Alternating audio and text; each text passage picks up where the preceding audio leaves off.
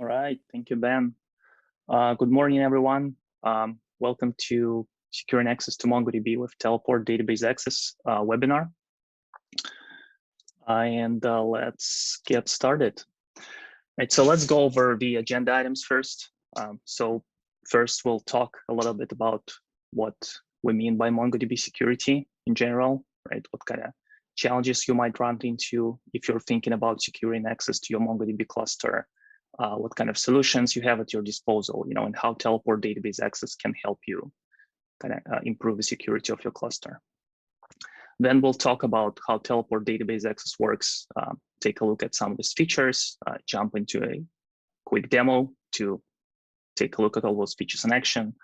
And at the end, we'll kind of conclude by leaving some time for questions and answers, hopefully. So without further ado, let's get started.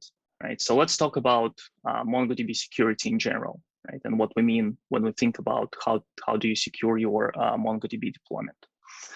So MongoDB is probably one of the most popular open source databases out there, right? It's certainly the most popular NoSQL database.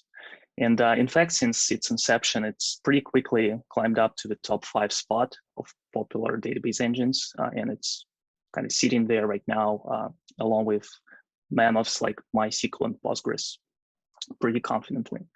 So this popularity comes from the extreme ease of use, right? Which makes MongoDB a very popular choice among teams of all sizes looking for some NoSQL action. And from small startups to large enterprises with different areas of expertise. Fortunately, it also makes it a very compelling target for bad actors. Very low barrier for entry to using MongoDB unfortunately means that it's also very easy to use in an insecure way. And so this is not just hypothetical either.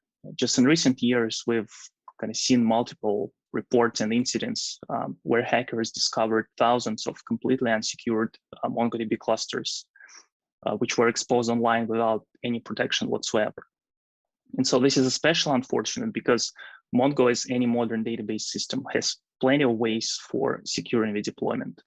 And combining it with third-party solutions like, for example, Teleport Database Access, which encourage and enforce good security practices, can supercharge the security of your cluster.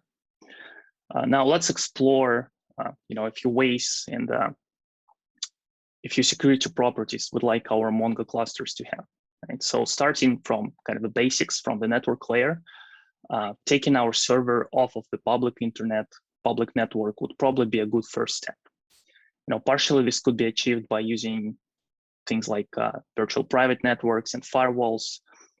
However, in the ideal scenario, the machine where your database service is running would probably be completely cut off from all incoming traffic. This is not like a deployment model that MongoDB or any other major databases support out of the box, unfortunately. And using things like OpenSSH reverse tunnels can help a bit, but be a bit cumbersome to set up and maintain reliably in a production environment. So next up is transport security. Most of the web has fortunately moved to TLS these days, but unfortunately, when it comes to databases, right, that actually keep data, which is oftentimes very sensitive, they're oftentimes left without strong transport security. Authentication and credential management is another aspect where database administrators oftentimes take shortcuts. Not requiring any authentication for a database is kind of bad enough, but password management is hard, and thus using a single user with a shared password, which is similar to SSHing into a server as the same user, for example. This approach is oftentimes the next best thing, and it's not much better than a complete lack of authentication, because not only it makes revocation and rotation painful, it also erases the identity information of a person actually connecting to the database, basically making like the audit trail obfuscated. Now, building on top of strong transport security and authentication, access segmentation is another important property, right, of any secure MongoDB deployment. Controlling access within like a database is just one aspect of it, right? MongoDB has a very powerful role-based access control system, allowing you to fine-tune permissions of users connecting to it. On the other hand, like in any organization, you most likely have multiple different database clusters for different purposes, staging versus production, or sensitive or non-sensitive data, and so on. And this is where controlling the access becomes a little bit more tricky.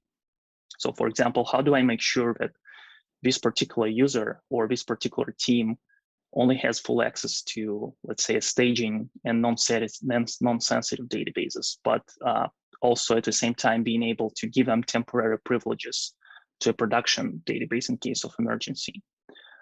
So questions like this come up a lot, and most organizations end up building just homegrown tools to answer them. Now, moving on to this identity and audit kind of point here. I briefly touched upon this earlier, but when a user connects to a database for various security and compliance reasons, it is pretty important to know who they are exactly, right? So using shared accounts entirely obfuscates identity and removes the benefits or reduces the benefits of role-based access control. But even using something like a set of predefined accounts with different levels of permissions is not a whole lot better.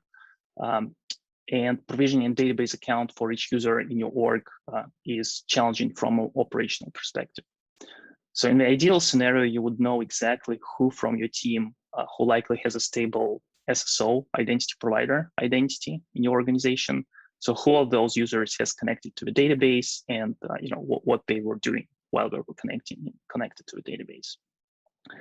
So which brings us to the question of audit logging. In most scenarios, the best you can get out of the database, and this is not specific to Mongo, but the best you can do probably is get some kind of verbose logging out of the box, right? That is not very easily exportable or analyzable, and moreover, not tied to the identity of the actual person, like connecting to the database.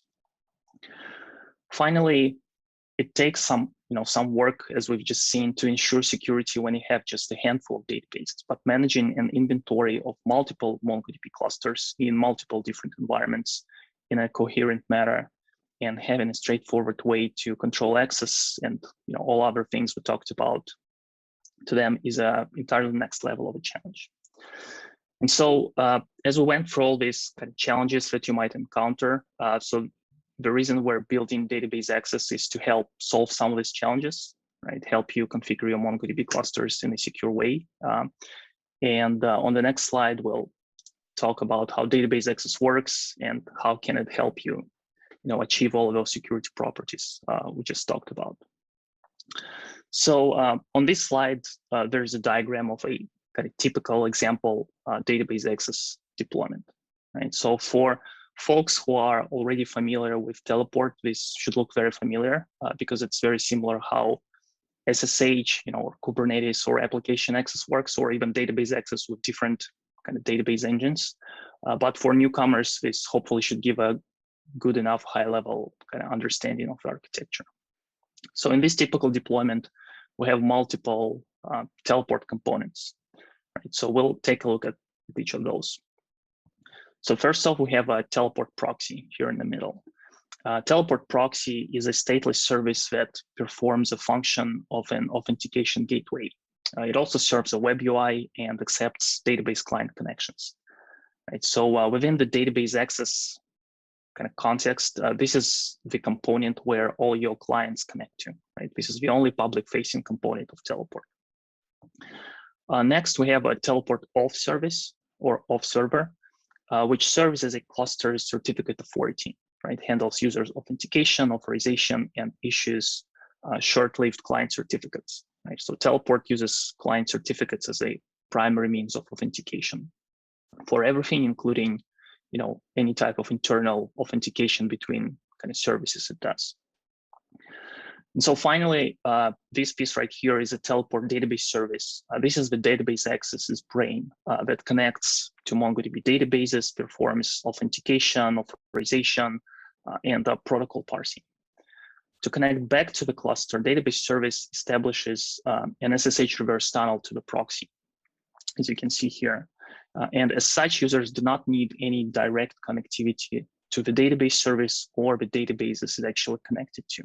Right. So in this example, we have a couple have a self-hosted MongoDB cluster and an Atlas cluster, which is being proxied for Teleport.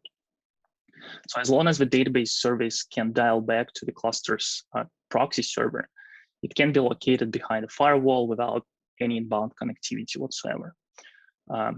Also, you can obviously have multiple database services connected to your Teleport cluster, and each database service can proxy be connected to multiple databases. So you can mix and match those in a pretty flexible ways.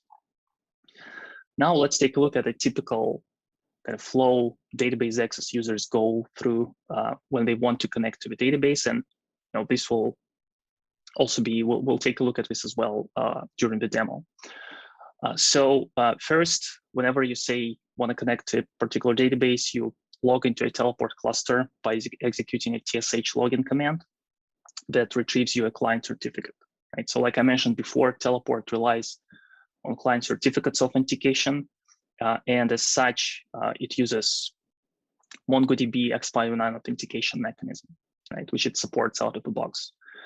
So once logged into the Teleport cluster, the user can see the inventory of all MongoDB clusters registered with this Teleport cluster, right? Which is obviously subject to RBAC checks, right? So the user would only see the databases they have access to as their Teleport role allows them, right? So once they pick the database they'd like to connect to, they retrieve another short-lived certificates specifically for connecting to this particular database instance, right? And this certificate, which is kind of depicted here on the left beside each kind of client on this diagram, this certificate contains user's identity information and some kind of routing information, which is used for RBAC and audit logging.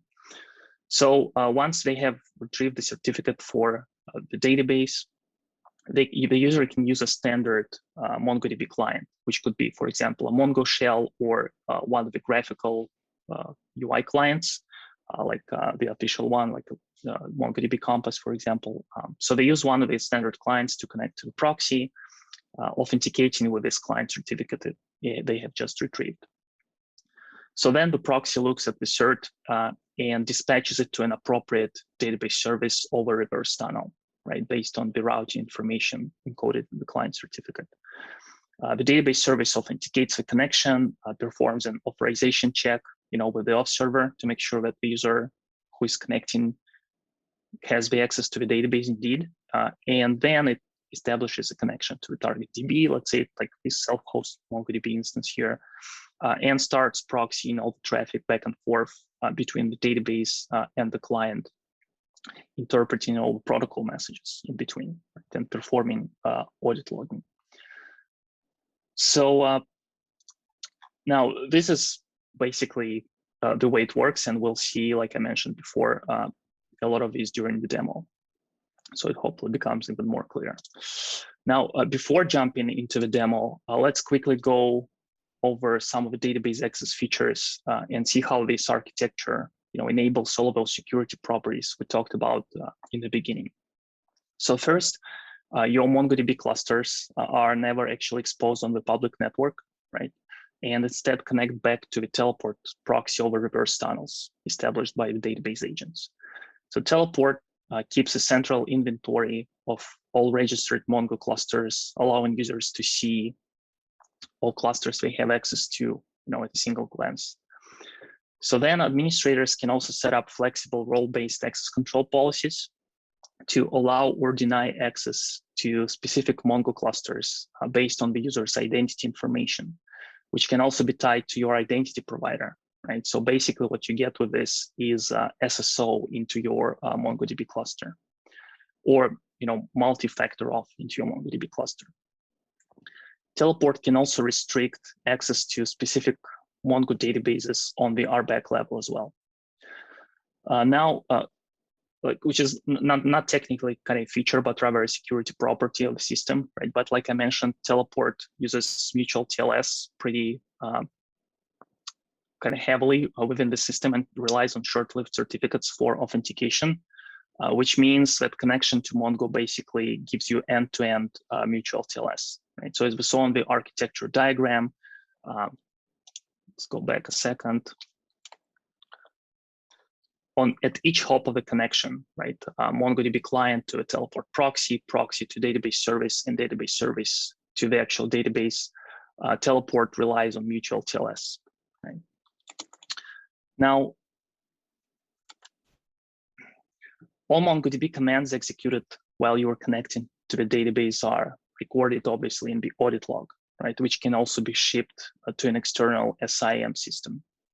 And in addition, each audit log entry also includes information, not just about the database user, but your SSO user as well, right? So this way you can map activity within the database to a particular user in your organization and not just some shared account we're using to connect to the database. Another useful feature is integration with access requests, right, or access workflows, which allows users to temporarily request elevated privileges to databases that they don't normally have access to, right? This is like the temporary production access scenario we discussed in the beginning. And so finally, Teleport Trusted Clusters feature allows to provide unified access to like many MongoDB clusters deployed in different environments. Right, so let's now jump into the demo and take a look at some of these features in action. Go out of this presentation and let's go over my setup a little bit first.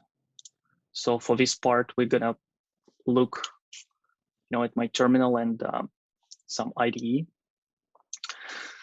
So my setup, right? So I have two MongoDB clusters, which is a local MongoDB cluster that I have deployed in a Docker container, right? So you can see I have a couple of other containers running here, but the one we're interested in right now is this MongoDB cluster, which is a replica set, right? So I have Mongo 1 and Mongo 2, which comprise a single kind of MongoDB replica set cluster.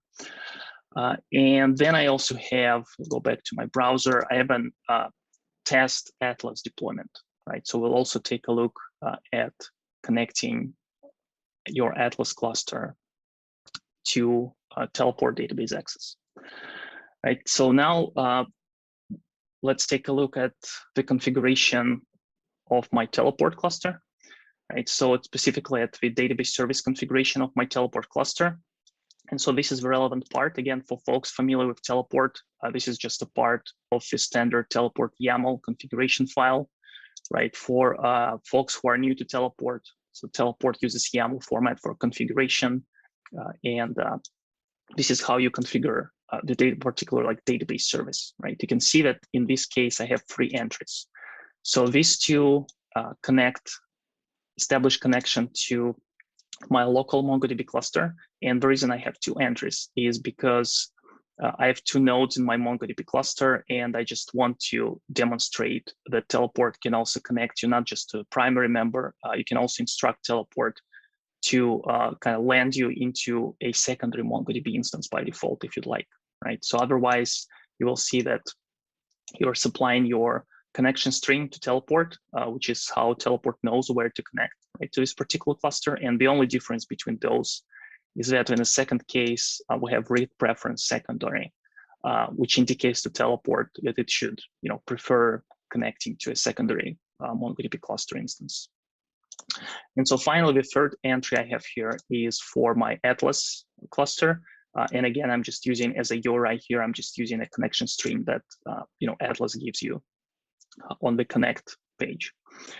Another kind of important thing to note here is these static labels, right? So take a note of how we're marking each particular database entry with the static labels, which are then going to be used in role-based access control, right? So labels is how Teleport allows or denies access to various pieces of your infrastructure, right? And we can see here that I have environment local label for both databases that represent my local MongoDB cluster, and environment cloud for the Atlas database, just to showcase. So finally, let's log into my Teleport dashboard as well and go over my role configuration, right? The role configuration for my user. So for this demo, we're interested in these particular 2 roles, right? Which are called DB limited and DB full. And if we expand, the description for each of those, we can see that this particular DB limited role only allows the user of this role access to databases that are marked with environment local, right? So in our case, if we go back to VS Code, where is it, configuration, the user that possesses DB limited role should only be allowed to connect and see these two databases, right? Because they have the same environment local label. And so finally, there is a DB full role as well, which has a wildcard DB labels, which means that users who have this role, they should be allowed to see and connect to all the databases. Now, with the setup out of the way, let's take a look at how we actually try to connect to a database, right? So I'm going to start by logging into my Teleport cluster. So like I mentioned before, again, familiar for folks familiar with Teleport. For new folks, TSH login command is how you log into your Teleport cluster. So proxy is the Teleport proxy endpoint, right? In this case, we're just telling it to use like a local user, right? I could also tie it into my identity provider, but for this demo, I'm just going to use my local Teleport user, enter password, and what TSH login command did, it basically retrieved me credentials, a short-lived certificate which allows me to interact with my Teleport cluster now. So now, if I want to see the inventory of all my MongoDB clusters connected to this Teleport, right, I can execute the TSH DB login command. TSH DBLS command. And in this case, you can see I only have access to 2 entries, right? As we discussed before, my current role, which is shown right here, DB limited, only allows me to see databases with environment local label, which is why this command only shows me these 2 entries. Now, let's say I want to connect to, MongoDB, Mongo primary here, right? So to do that, I need to execute the TSH DB login command, right, which is very similar to TSH login, but which we ran in the beginning, which actually is going to retrieve me a client certificate for connecting to this particular Mongo primary instance, right? You will notice that I'm also supplying it with a DB user flag. So the Roman-T is a user that uses X509 authentication that already exists in my Mongo database, right, that I have pre-configured before. So let's do that and retrieve the client cert for connecting to the database. And now, once we have retrieved the credentials, what I can do is I can obviously use the standard Mongo client to connect to it, or I could use a pretty convenient shorthand that TSH gives you, which is just TSH DB connect, right? So you don't have to remember all these flags and other things you need to include in the standard Mongo command. So you can just execute TSH DB connect, and that basically takes you into that local MongoDB instance. So one of these containers is where we're currently connected to. So if we go back a second to my so now we're connected, right? But let's go back a second to my Teleport control panel and take a look at the activity tab, right? You will notice that Teleport has detected that I have connected to the database, right, and logged the database session started event. And it also actually already started logging some database queries, which the Mongo shell client executes. But we could also try, and execute a few queries of our own and see how, Mongo and Teleport behave. So first, we could run the connection status command just to make sure that we're connected as a proper kind of authenticated user and check our permissions. Then we could do something like db test find, db test insert, just run a few kind of standard MongoDB queries.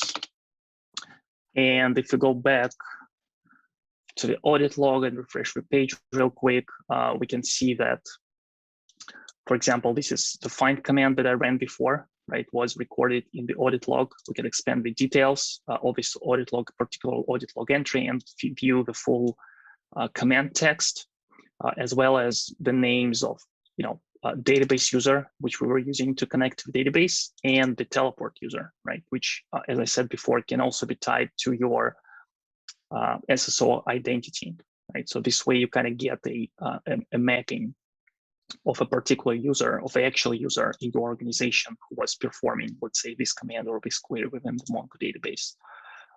Then we can also take a look at this event, right, which is our insert command that we ran, and also take a look at, all the same information basically. So now let's kind of exit out of here and run tshDBLS command again. You can see that it depicts the database you're currently connected to. Now let's say I want to connect to like a secondary instance, right? Just to see that teleport indeed takes me into the secondary replica set member now, and I can use another db login command, right, to retrieve credentials for this particular instance. Secondary. So this is the same cluster, so I'm kind of using the same user, and you can obviously, as it kind of clear from this command right here, you can be logged into multiple databases at the same time if you'd like to. And let me execute tshDB connect Mongo secondary, which is taking me to the same cluster which we were connected to before, but obviously to a secondary member, right? So from here we can do pretty much all of the same stuff, like explore status or replica set. Do all this. This probably won't work because this is not a primary member, but if we do something like this, it probably should work, yes. And obviously, if we go back to the audit log, we can see that the database session and event has also been recorded, right? When I disconnected from my primary instance and when I connected to the secondary instance, the behavior is pretty much exactly the same, right? So everything is obviously recorded, with the only exception that it has connected me to the other member. Now, let's also try something else and try to connect to the database with, let's say, user that my teleport role doesn't allow me to connect as, right? If we go back a little bit to my teleport role configuration and take a look at DB limited role, you will see that another property you can enforce, right, and teleport RBAC level is DB users, right? So DB users basically is a list of allowed database accounts that you can connect to the database as. So in my case, my DB limited role allows me to use only Alice or Roman T accounts. So let's see what happens if I try to connect to it as some other user. So let's see tshDBLS, run tshDB logout to clear all the credentials and do the login again, let's say user admin, right? Or like some super user. So now let's try to connect. So obviously this is not working, right? I guess get the access denied there because I'm not authorized to connect to this Mongo instance as that particular user. And if we take a look at the audit log event, this event is also was recorded, right? Database session denied, and it records the name of the database user that I attempted to connect to, which is kind of very helpful for various kind of compliance and security reasons, right? To be able to have this information. Now, for the next kind of step of a demo, right? Let's pretend log out again. Let's pretend that I'd like to now connect to my Atlas instance, right? If you remember from the setup, we actually have an Atlas database connected to this cluster as well, which I'm not currently seeing, just because my limited role doesn't allow me to. So what I can do to do it though is I can request a different role. I can request that DB full role to access to this DB full role, so I am able to see that Atlas database, right? So the way I'm doing this is I'm sending a access request, right, which is tsh login command with request roles flag, and passing it the name of the role I'd like to assume temporarily, right? And an admin teleport cluster administrator can approve, or other users who have access to approve or deny request can take a look at this access request and approve it or deny it. And in general case, we have integrations with various third-party systems, like these approval requests can go to PagerDuty, to Slack, to Jira, to some other kind of systems. But in my case, I'm going to just go ahead and approve it from the command line itself. So let me see, this is the request that's pending, right? So let me just run request approve real quick. All right, so approval request, approval received, right? If we run TSH status again, we can see that my role list now includes DB full, which should allow me to see the third database, right? The one with the environment equals cloud label. So now I can see it, and now I can connect to it basically exactly the same way as I did to the other two, right? So if I execute TSH DB login command, which I have prepared, in my Atlas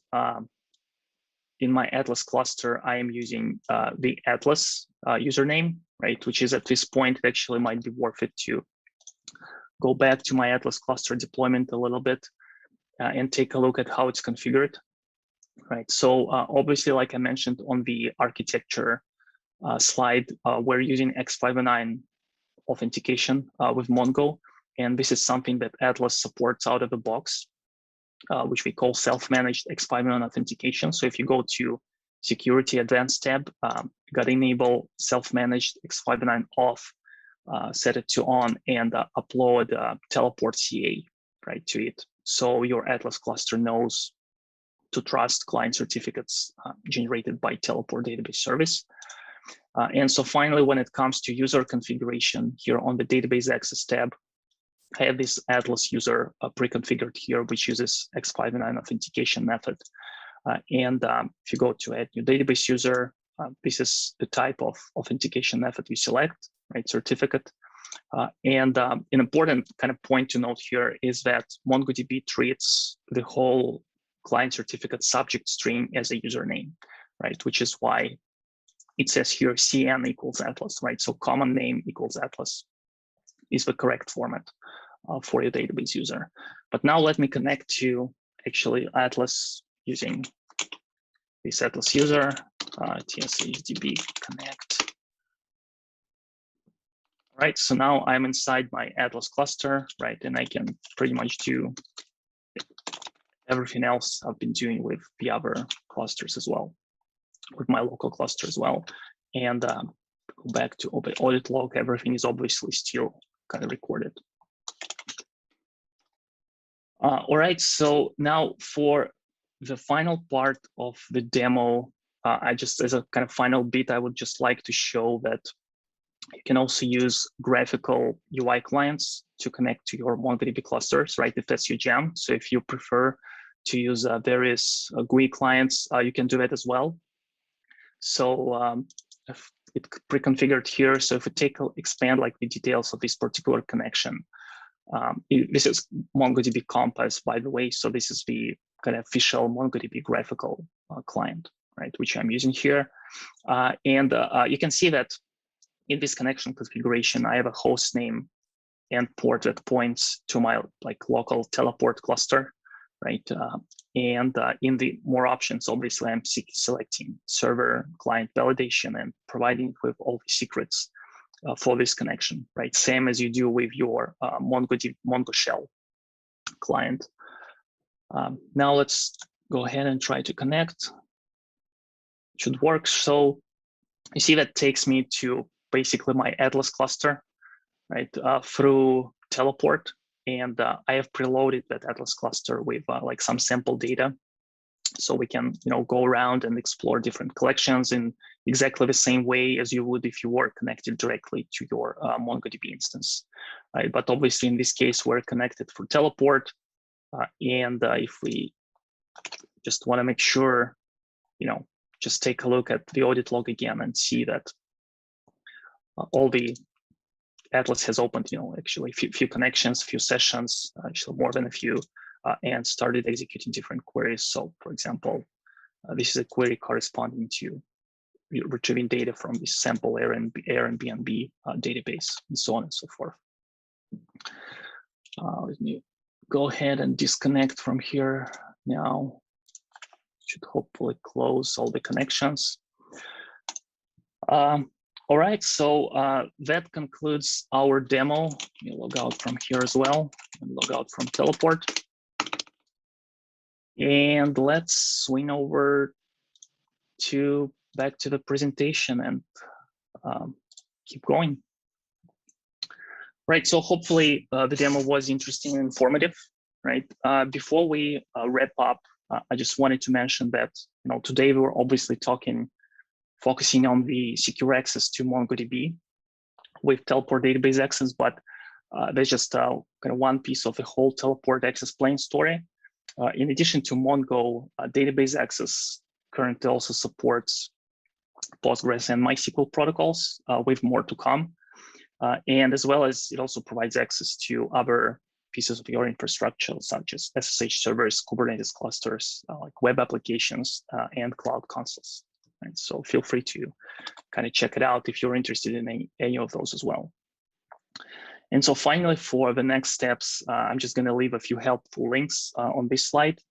So if you're new to database access or Teleport in general, I would start with the introduction and then move on to exploring the MongoDB guides, which are relevant to your use case, which we have a few, right? So we have a specific guide for configuring database access with your self-hosted MongoDB cluster, with MongoDB Atlas using self-managed X59 authentication, and using different GUI clients such as MongoDB Compass, right? So finally, everything we've talked about today is available in open source Teleport version, right? And MongoDB support is included starting from Teleport 7, which we released just a few days ago. So go over to our downloads page. Feel free to download it and start exploring. So thanks everyone for your attention. Now's the time for questions and answers if we have any.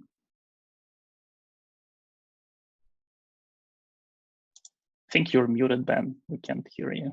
Oh, there we are. Yep. Hi, everyone. Yeah, thank you, Roman. That was an awesome presentation. Got to see the GUI demo too, which is pretty cool. Yeah, I think there's a couple of people on the call. Feel free to open any questions if you have them. I have a few, which I didn't send to you, Roman, but these are easy ones to get started. So my first question is there any performance overhead with using Teleport database access? Yeah, of course, there's going to be some performance hit, right? Because the database service performs all the protocol kind of parsing and proxying back and forth, right? So there is going to be some performance hit for this. The primary use case, I would say, for database access, though, is at least at this stage, right, of the project is connecting to database for different maintenance activities, right? Like executing queries and stuff. So we probably would not advise you to connect your applications that are critical from performance perspective for database access. Although you obviously could do that, right? Just be mindful that there might be some performance hit, a little bit of performance overhead. Otherwise, you can connect your robots that, for example, like your CI or CD systems that need to perform some data migrations or some other activities within database, or like let your users connect to the database. Yeah, in this case, it should be pretty transparent for users. And so if I had a like a CI/CD and I want to know what this like migration was running, how do I create the user for the robot? So you create like a same user for the robot in the database, right, with appropriate permissions that you'd like the user to have. So for example, if this robot user only needs access to a particular like a database or a collection, right, so you provision an appropriate user in your database with X59 auth, and then you create a corresponding user for your robot in Teleport, right, and generate like identity. We have guides on generating identities and using, all these like TSH and database tools with pre-generated user identities as well, right? So, and then you give your, like, let's say Jenkins user or TeamCity user or whatever CI system you may be using these credentials and like endpoint to teleport proxy, right? And the identity file, and that's how it's connected to the database basically.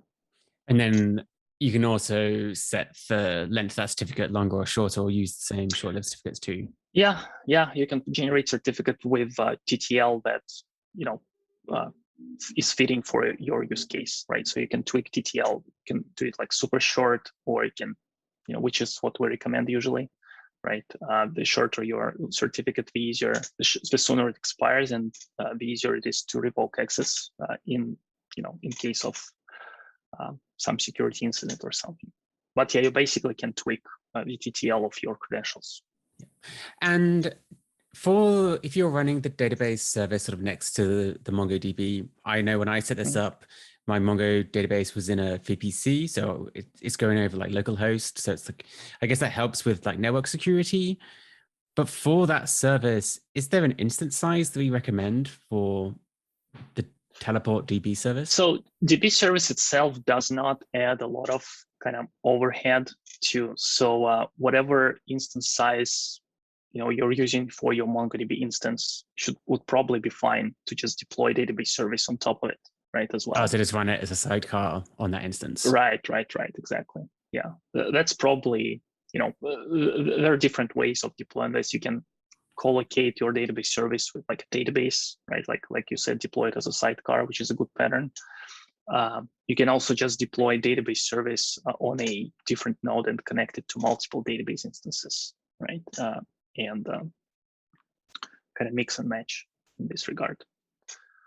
And then I know we have Atlas and self-hosted MongoDB. Are there any other providers that we currently support? So for Mongo, no, we only, like from authentication standpoint, anything that supports self-managed X59 authentication method with Mongo will work, right? So anything that lets you upload your own certificate authority. So like, for example, Atlas does, right? So that lets you, like I was showing before, it lets you upload teleport certificate authority, which is how it can validate client certificates generated by teleport. Right, as long as like the cloud provider or your MongoDB deployment allows you to do that, it can be used with Teleport database access. We don't support any other authentication methods currently. Like we don't support username and password, right? Which is our which is our intention basically, right? We like to rely on client certs for auth. We may look into supporting AWS IAM auth at some later date, right? Because I know like the latest MongoDB version, I think, has support for AWS IAM auth. And we're also using AWS IAM with things like RDS, obviously, and Redshift, right? And Cloud SQL. Yeah, I know there's also the note too for people who set it up. Once you have enabled TLS setup in your MongoDB conf, the passwords no longer work. Yes, yes. I think there is a setting that allows you to connect with like without a certificate or something like this. But in general, yeah, I think it's a good kind of practice in any case. Yeah, the time for passwords. Yeah. Right. So, yeah, but yeah. Well, I don't have any questions. I know no one else has come in. I guess my last question would be, what are you working on next? So with regards to database access, the next protocol we're looking to support is very likely to be Microsoft SQL Server, right? So, and we're kind of going like top to down on the list of most popular database engines, I guess, right? Which is with MongoDB, Postgres, and MySQL, we've got 3 of the top 5 kind of spots covered. Yeah. Next up is SQL Server, which is pretty popular. And we also do have kind of a whole list of different requested engines on our GitHub. Like, I know Redis has got quite a bit of upvotes. We had like some mentions of Cassandra, you know, like Elasticsearch, I think, and a bunch of others. So I'm not sure, to be honest, when we'll be able to get to those. We obviously want to cover like all protocols out there, the sooner the better. So, but yeah, priority-wise speaking, probably SQL Server. Well, I look forward to doing one next month with SQL Server. All right. Yeah, All right. Thanks, Raymond. And right, thanks everyone for joining today. If you have any other questions, feel free to either leave a comment on our GitHub discussion board under teleports, or you can join our Slack community. Thanks for joining.